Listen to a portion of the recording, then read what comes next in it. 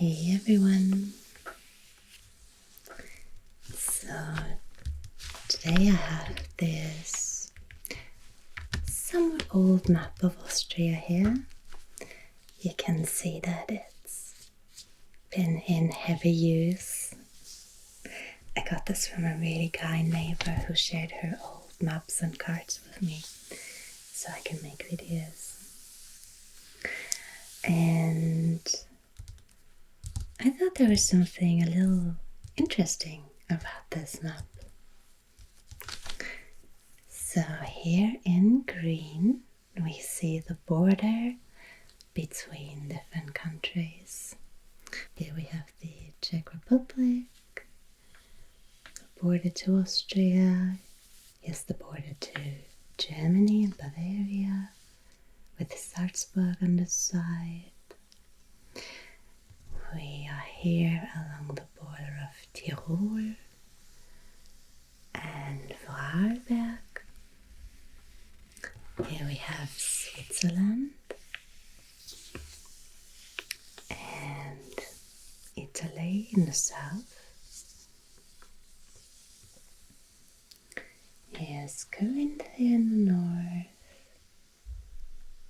and Styria, and then up here you would get to Vienna.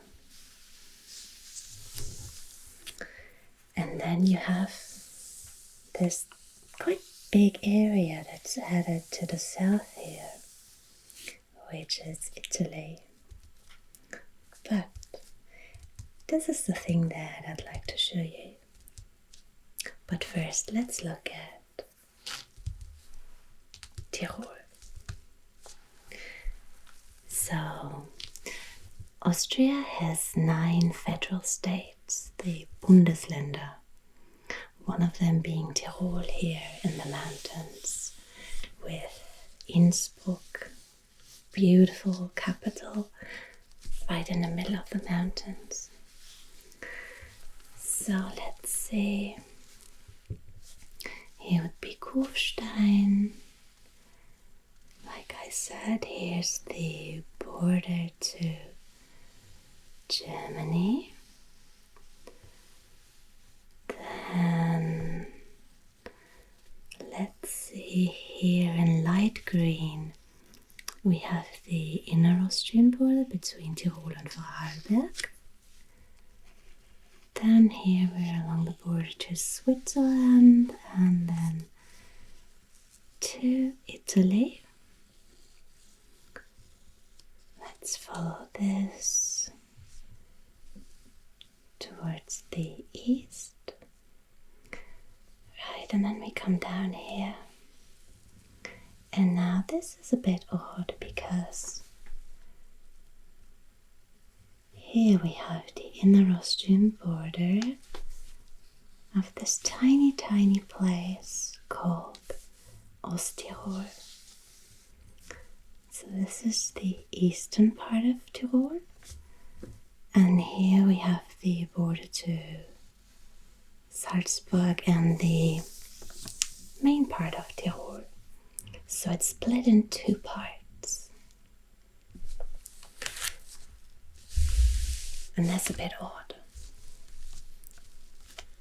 Now, there's a historical reason for it, and probably the same reason that this part here is fully included on the map. And that is a part of Tyrol got split and now forms Südtirol. It's written here, the southern part of Tyrol.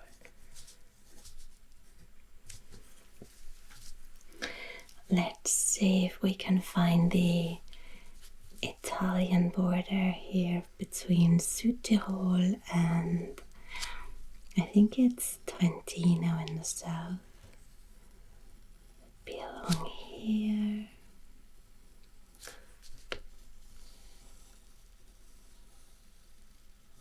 We're already here with Trento, so it includes the Trentino.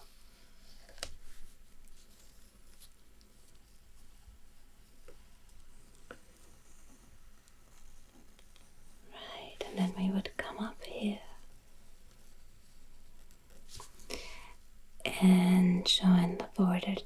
Switzerland again. So today these are two regions that have a lot of autonomy. Initially they were put together as one region called Alto Adige and Trentino, and later got split. But how did South Tyrol join Italy at all? Because the thing about Austria is that a lot of its regions, a lot of the Bundesländer, are a lot older than the state itself. So Tyrol, in its full size, can be traced back about 800 years. And there's a Schloss Tirol, somewhere in this I think here, right here, near Meran. You can see it's written here, there's Tirol, an old castle that started to fall to ruins around 400-500 years ago, but you can still visit it. And this is where the Counts of Tyrol were home initially. Not for long though, around 1300, this entire region fell to the Habsburgs, the county of Tyrol, and remained under Habsburg rule until about 1900, so for 600 years, with a short intermission where Tyrol went to Bavaria after the Napoleonic Wars, but that was only for a couple of years. Around the same time, it was extended south with this region here around Trento, which was added to Tyrol. And then after the First World War, this border here was drawn. This is along the main chain of the Alps, so the mountains north of the border shed their water towards the north, and in the south the water runs south. And this part here went to Italy. What followed was a long and difficult history through most of the 20th century. I don't know if it's quite fit for an ASMR video. You can read up on it if you're interested. But for a long time there were a lot of questions about who was allowed to live here. Questions about who this land belonged to, how it should be governed. And I think a lot of tension ran through families too, and probably among friends. But eventually in the 1970s, an agreement was reached between Austria and Italy, and South Tyrol became its own autonomous region. And let's have a closer look at that on another map.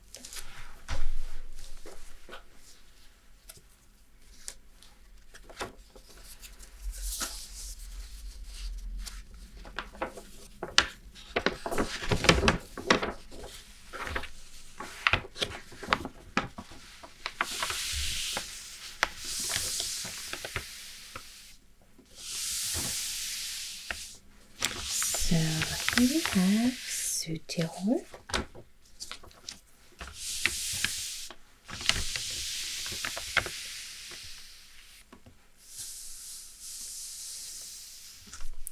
We have Austria in the north, Switzerland over here, and we have the two biggest cities, Meran and Bozen, or Merano and Bolzano. These two cities have a majority of its Italian speakers. But other than that, most people in South Tyrol still have German as a native language, about 60%. About 23% say that their native language is Italian. And interestingly, in the eastern part of South Tyrol, I'm not quite sure where, I think about here, you have a third language called Latin with a soft D, with about 4% of the population saying they speak it as a native language. It's probably related to one of the Swiss languages, Rhaeto-Romanian. And there's also a lot of, a bit of a difficult history where people claimed it was maybe just an Italian dialect, but it's probably a lot older and native to the region. So South Tyrol today is an area of 3 languages, and if you want to work in the regional government, you have to prove that you speak both Italian and German, or in some region, even 3 languages. So you can see that all of the bigger and smaller towns have 2 names. You have Vernon and Vernaun, Scena and Schenna, Rifiano and Rifan, Saltosio and Saltaus, San Martino, Sankt Martin, San Leonardo, Sankt Leonhard. So 2 languages are used throughout.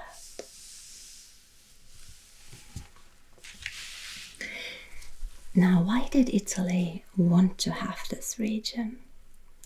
I think that one of the big reasons was this part here.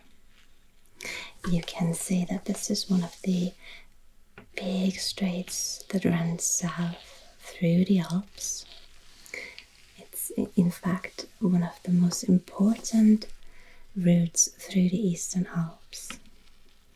From Innsbruck, where you can go north to Germany, all the way down to Bolzano, further to Trento, and from there you can continue into Italy.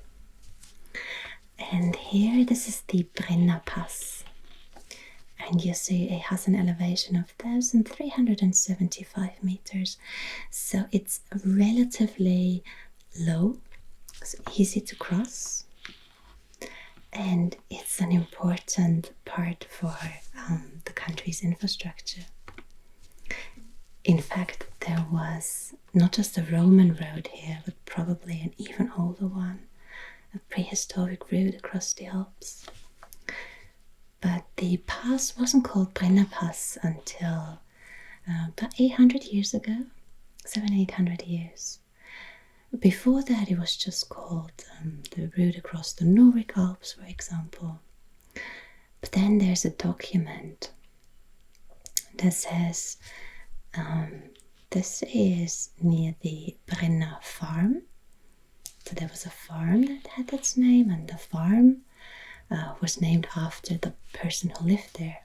So nearby you had a farm, and there lived the Conradus Brenner de Mittenwald. And Brenner just means someone who used a slash and burn technique. So he would burn parts of the land so he could grow his crops. And I think it's just really funny to imagine that somewhere here in this area, 700-800 years ago, there was a farmer called Brenner, and now up until this day, one of the most important routes from north to south in Europe is still named after him and his farm. What a legacy.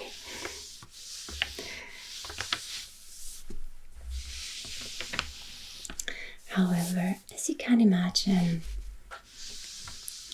it's not always easy to take this route. In fact, I'm not sure that I've ever crossed the Brenner Pass, but I do know it from the traffic jam announcements on the radio. So there's a lot of traffic there all the time, a 4-lane motorway, and it's still full. So what they're doing now is they're building a tunnel. In fact, when we look here, it says number 1 right here. Here it says that they're currently discussing whether or not to build a tunnel underneath the Brenner. I'm not quite sure when this is from. I think from the 90s, because it's been in construction for a while now, and it will probably be finished in 6-7 years, something like that. And it will have taken 20 years.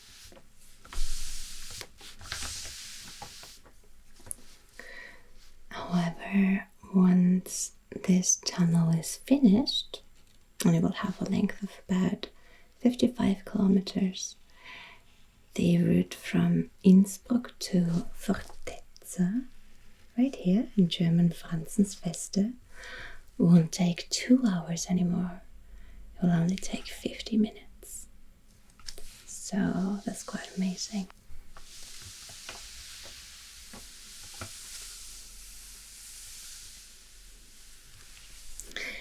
Now, something else that South Tyrol is famous for is a discovery that was made along the border to the Ötztaler Alpen. I think it was somewhere around here. And if you're as old as me, you might remember it. In the early 90s, 2 alpinists discovered a man in the ice, and he was later called Ötzi. He's about 5,000 years old, and he was buried in a protected part of the glacier that didn't move. And when it was particularly hot in 91, the ice melted and he was discovered. I can only have very vague memories of it, but I know it was on TV, and initially everyone in Austria thought they had been discovered on the Austrian side, and eventually it was determined that no, Ötzi was on the Italian side, and I think there was a lot of sadness about it. But of course today that doesn't matter. The border is open and you can just cross it and visit one of the museums here and learn everything you want to know about Ötzi. It's a really beautiful region with a lot of valleys. Like here, the Edgetal, that's known for its apples. Here in the south, you have the Südtiroler Weinstraße. So you have plenty of vineyards here. And maybe you know this little town, Termeno, or in German, Tramin, because of its wine called Gewürztraminer, a white wine. It's quite popular here, I think, and I really like it. Get a lot of white, but also red wine from South Tyrol.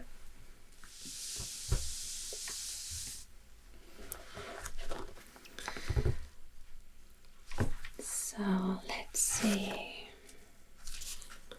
Here we have the Vinschgau with the Schnalstal and and the Marteltal. Here's a lake, Reschensee and Heidersee.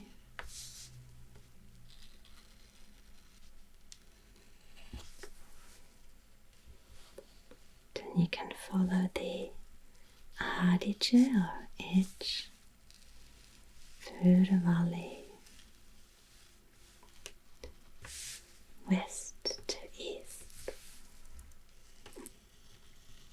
and then south. We have the Pinsertal, Dornholzertal, Sauntal with the Talferbach,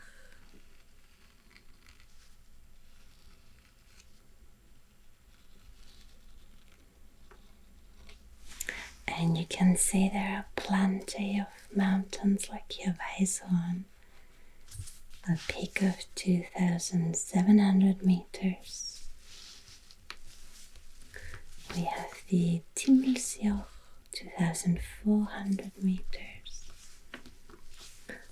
Zuckerhütel, 3,500.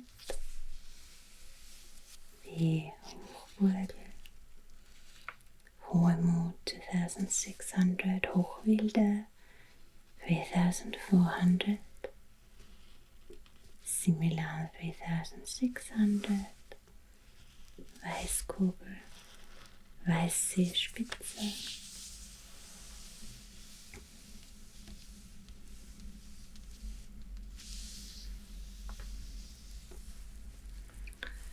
Here we have the Trinkstein and the Arnbach that runs south.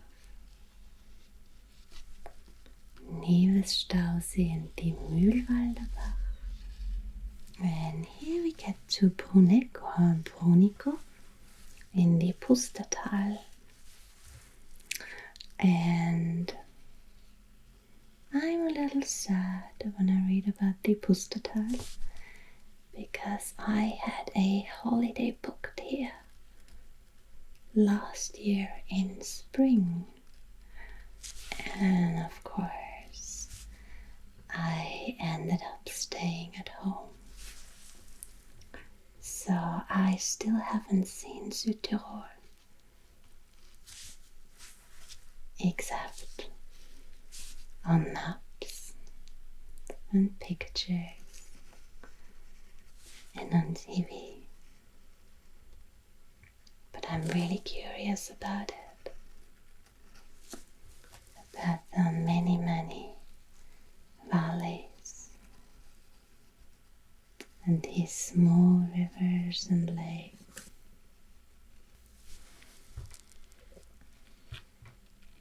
But its mountain passes and these historical town centers with their Gothic architecture.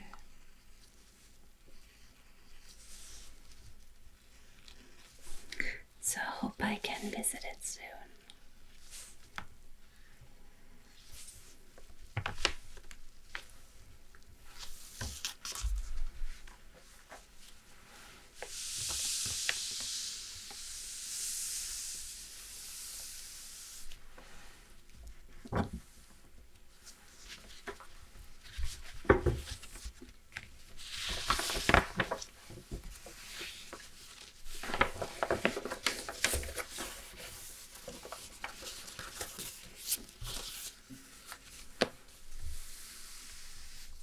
It just looks so cute with these churches at the center, the mountain peaks in the background covered in snow, and the vineyards here on the sides when you go hiking.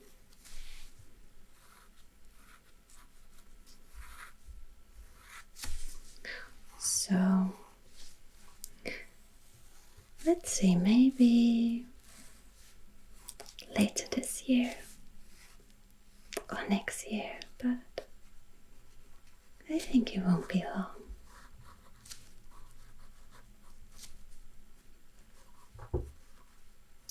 Let me know where you are planning to go. What's the first thing you want to see?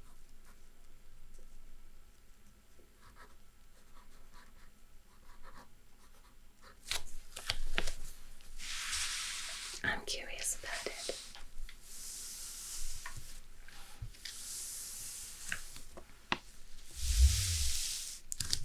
So, thank you for watching, and I'll see you again soon.